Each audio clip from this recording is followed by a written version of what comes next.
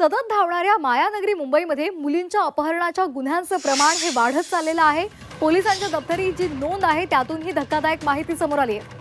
गेल्या 10 महिन्यांमध्ये अल्पवयीन मुलींच्या अपहरणाचे 1187 गुन्हे दाखल झालेत, तर गेल्या ऑक्टोबरमध्ये 136 गुन्ह्यांची नोंद झाली आहे आणि त्यामुळे राजधानी मुंबईमध्ये मुलींच्या सुरक्षेचा मुद्दा पुन्हा एकदा ऐरणीवर आलेला आहे।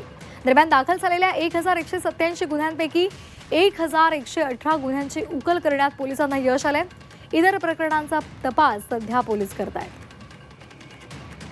त्यातून काही मुलं ही स्वतःहून निघून गेलेली असतात, काही मुलं ही रागावून गेलेली असतात।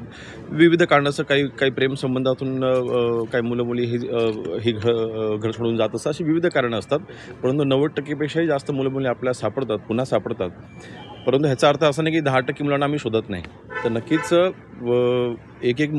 शेवटी काही अल्पवयीन मुलं आहेत, काही अल्पवयीन मुली आहेत, त्यांना शोधण्याकरता देखील आपली जी टीम्स असतात ते अग्रेसिव्हली काम करत असतात। आणि मला वाटतं ह्या विषयाकडे माननीय मुख्यमंत्री महोदयांनी देखील अतिशय गांभीर्याने लक्ष दिलेलं आहे। त्यांनी देखील गंभीर सूचना ह्या संबंधित अधिकाऱ्यांना देऊन या सर्व मुलांना आपण शोधलं पाहिजे की ते ज्या मोहिमा आहेत त्या अग्रेसिव्हली आपण भविष्यात देखील केल्या पाहिजेत, अशा सूचना दिलेल्या आहेत।